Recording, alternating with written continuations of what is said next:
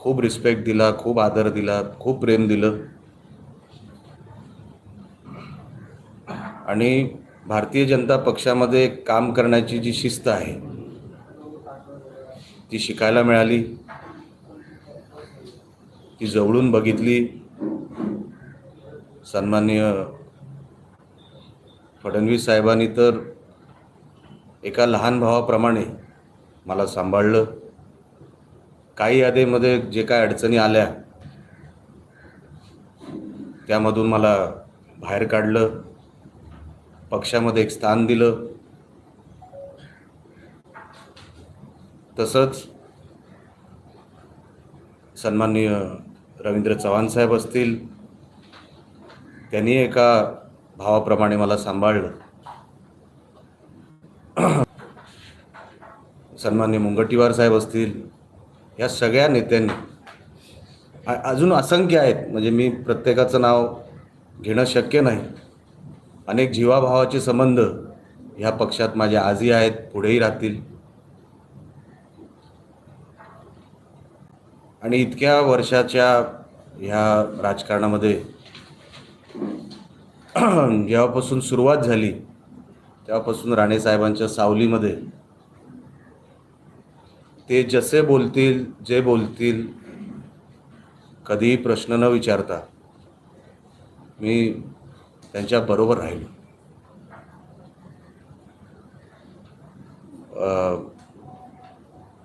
उद्या 23 तारखेला 4 वाजता सन्माननीय महाराष्ट्र राज्याचे मुख्यमंत्री एकनाथ शिंदे साहेब आणि काही मंत्रिमंडळातले सहकारी कुडाळ हायस्कूल ग्राउंडवर सभा होणार आहे प्रवेशाची माझ्या, आणि तो प्रवेश उद्या नक्की झालेला आहे. आणि मी सन्मान्य शिंदे साहेबांचाही मनापासून आभार व्यक्त करतो. जेव्हा आपण अलायन्समध्ये असतो तर अलायन्सच्या प्रोटोकॉलनुसार, फॉर्म्युल्यानुसार आपल्याला काम करावं लागतं. ह्या मतदारसंघामध्ये मी जेवढी वर्ष काम करतोय, आम्ही लोकसभेला ह्याच मतदारसंघामध्ये 27,000ची लीड आम्ही घेतली. 90% ग्रामपंचायती आम्ही घेतल्या, खरेदी विक्री संघ आम्ही घेतले, बाजार समित्या आम्ही घेतल्या, कृषी सोसायट्या आम्ही घेतल्या, खासदारकी पण आम्ही जिंकलेलो आहोत. आणि युतीमध्ये, महायुतीमध्ये आम्ही ह्या सगळ्या निवडणुका जिंकल्या. आणि आत्ता येणारी विधानसभा ही पण आम्हाला सगळ्यांना खात्री आहे, आम्ही एका टीमवर्कमध्ये ही आम्ही निवडणूक जिंकणार आहोत. हेच सांगण्यासाठी मी आपल्याला आमंत्रित केलं होतं. जास्त काय आज बोलण्यासारखं काय नाही आहे. नेत्यांनी ठरवलेला हा विषय आहे आणि एका गोष्टीचा आनंद आहे, राणेसाहेबांची सुरुवात ज्या पक्षातून झाली, ज्या चिन्हावरून झाली, आज मला त्याच चिन्हावर काम करायची संधी मला मिळणार आहे. आणि शिंदे साहेबांसारख्या नेतृत्वाखाली, मार्गदर्शनाखाली काम करायची संधी मला मिळणार आहे. ह्या गोष्टीचा खरोखर आनंद आहे, समाधान आहे. पण त्याचबरोबर भारतीय जनता पक्षामध्ये जे काय माझे संबंध राहिले आहेत, पुढेही राहतील, त्याच्यामध्ये कधीच काय बदल होणार नाही, एवढंही या निमित्ताने मी आपल्याला सांगतो. आपल्याला काही प्रश्न विचारायचे असतील थोडक्यात आपण विचारू शकता. बाकी सगळं मी तर जाहीर सभेत बोलणारच आहे.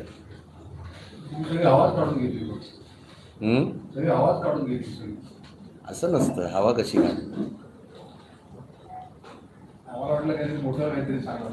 काय सांगणार. आता नेहमी तुमच्या मनात वेगळं असतं आणि माझ्या मनात वेगळं असतं.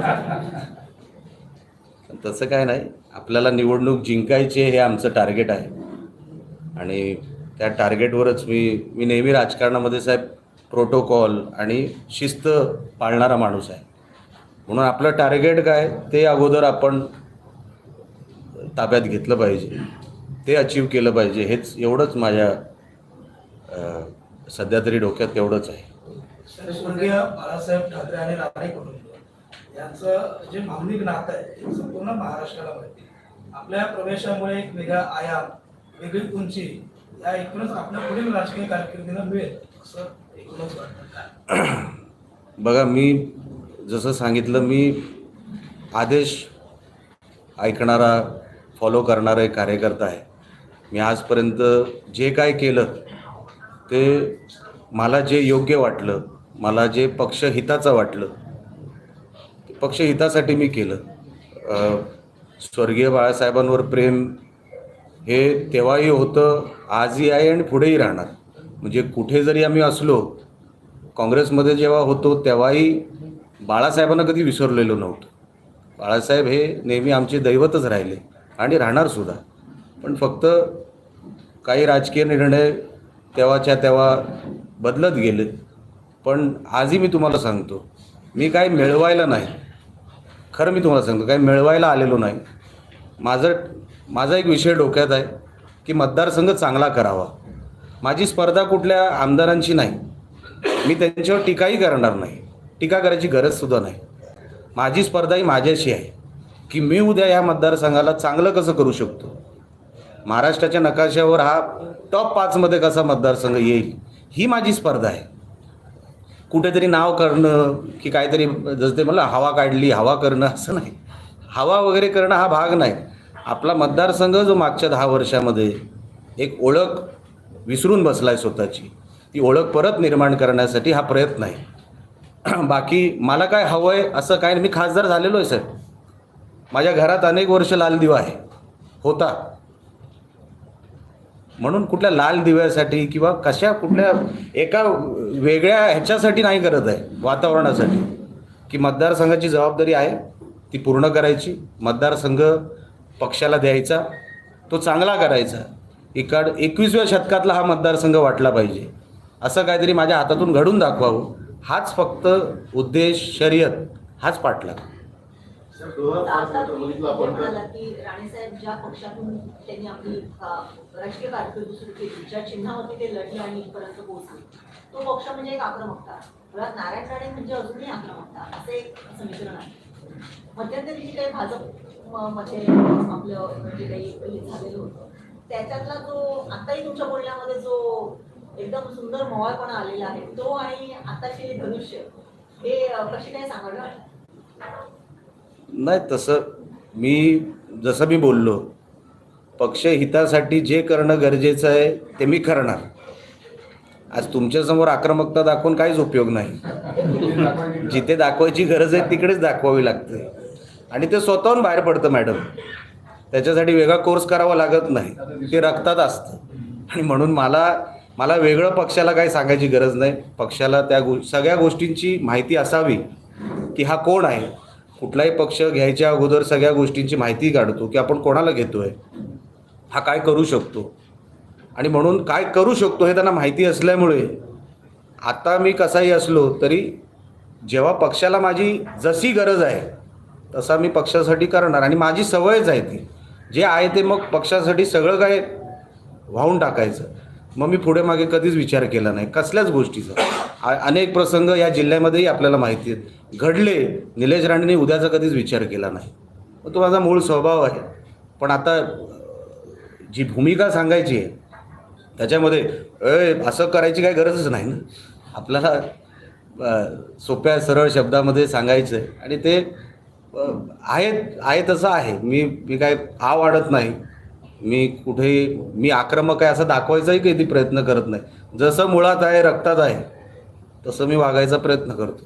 या 2 जिल्ह्यामध्ये संघटना वाढीसाठी कोणी प्रयत्न केलेला आहे सेनेच्या मधल्या 2 वर्षामध्ये बाहेर पडले तर ते आपण प्रयत्न, कारण प्रत्येक माणूस आपला पक्ष वाढवायचा प्रयत्न करतोच साहेब, आमच्याकडून पण होणारच. बरेच मेळावे येणार लोक आणणार, पक्ष प्रवेश होणार, काही झालेलं नाही 2 वर्ष. आपण त्या दृष्टीने काय प्रयत्न, उद्या हळद लागणार आहे साहेब.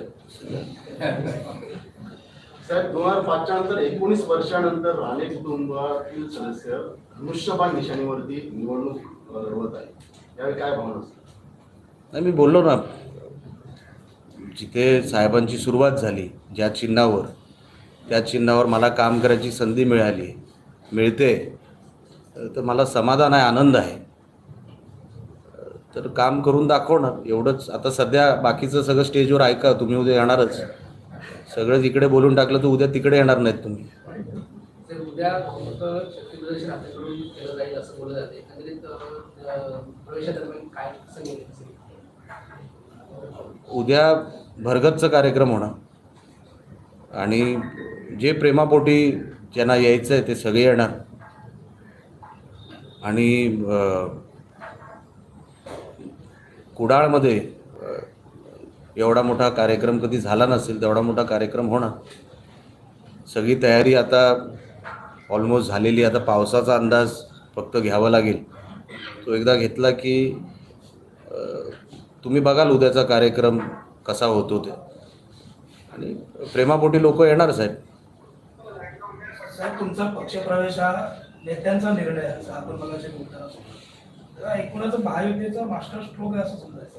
नाही, मी बघा, मी लहान कार्यकर्ता आहे. तुम्ही नेत्यांना विचारायचे प्रश्न मला नका विचारू. मला निवडणूक जिंकायची आहे. तुम्ही सोबत राहा, आपल्याला निवडणूक जिंकायची आहे. आता बाकी काय आज नको, नंतर परत कधीतरी बोलूया सविस्तर. उद्या सगळ्यांनी कार्यक्रमाला या एवढी विनंती करतो आणि आलात त्याबद्दल आभार व्यक्त करतो. आता जसं आपण म्हणालात की जे आपल्यासोबत आहेत पदाधिकारी ते येणार आहेत, तर रत्नागिरी जिल्ह्यातही आपले नाही, मी कधीच बोललो नाही कोण माझ्याबरोबर येणार. कार्यक्रमाला उद्या माझ्या प्रेमापोटी येतील. उद्या ते जे तुम्हाला मानणारे पदाधिकारी आणि कार्यकर्ते आहेत रत्नागिरी जिल्ह्यातील ते पण उद्या आपल्याबरोबर ये ना, कुठूनही येतील. जिथे जिथे आहेत ते सगळे प्रेमापोटी येतील. आभारी, धन्यवाद.